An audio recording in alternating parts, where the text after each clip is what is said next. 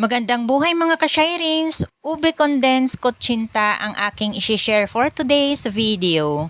Tapusin niyo po ang aking video na ito para malaman niyo kung ano ang sikreto ng paggawa ng walang butas, makinis na kutsinta.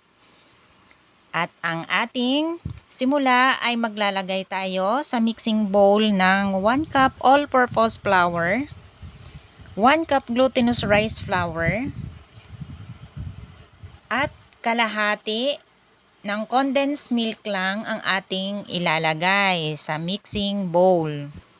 Pero bago iyon, hahaluin muna natin ang dry ingredient para mag-combine ang all-purpose at ang glutinous rice flour. Ayan ang ating ube condensed milk. Kalahati lang ang ating ilalagay. Pero nasa sa inyo na rin pag-adjust kung gaano karami or katamis ang inyong gusto. And then, ilalagay na natin ang ating 2 cups of water. At ang ating lye water, syempre, para maging makunat ang ating kutsinta, ay nasa sa inyo na din kung ilan ang inyong ilalagay, kung gaano kakunat ang gusto nyo. Pero ang inilagay ko dito ay 2 teaspoon lang na lihiya or lye water. At naglagay din ako ng flavoring, 1/4 teaspoon. Kung gusto nyo ng mas matingkad na kulay, ay lagyan nyo na rin ng food coloring. Kasi yung sa akin ay kung ano lang ang kulay ng ube condensed milk at ng ube flavoring. Kaya kung gusto nyo ng mas matingkad, ay maglagay na rin kayo ng food coloring. And then isasala natin 1 to 2 times para maging smooth ang mixture at maging makinis ang kalabasan ng ating kutsinta. Ayan, at okay na yan. Haluin lang ng konti dahil may mga dumikit sa ating strainer. At ang ating molder naman, ang gagamitin ay large. At papahiran lang siya ng oil para mas mabilis ang pagtanggal ng ating kutsinta. At ang pagsasali naman, bago isalin, ay haluin muna ito para walang tining.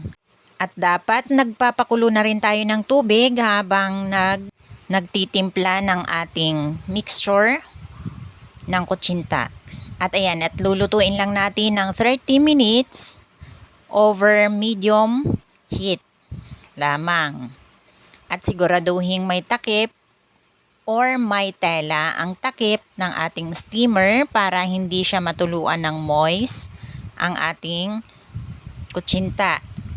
So ayan na guys, ang ating napakakinis at walang butas na kutsinta. Kasi pag hindi tama ang timpla at hindi tama ang pagluluto, ay nagkakaroon siya ng butas. So ayan, at napakakinis siya. Sobrang ganda ng ating pagkakagawa.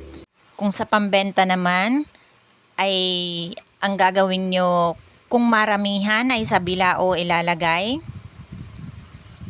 para mas magandang tingnan. Yan kasing pinaglagyan ko ay 12 inches na plato. Hindi ko na inilagay sa bilao dahil pang sarili lang naman na gamit. So ayan, at napakalambot niya. At yayadyaran na natin ng cheese. Any brand naman ay pwede. Meron namang mumurahin na quality rin siya na masarap na.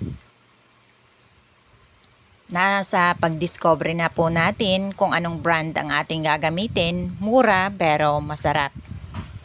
So that's all for today's video. Guys, please subscribe my channel.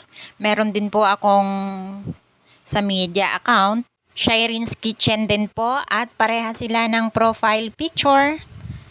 Oh, thank you for watching po. God bless us all. Bye!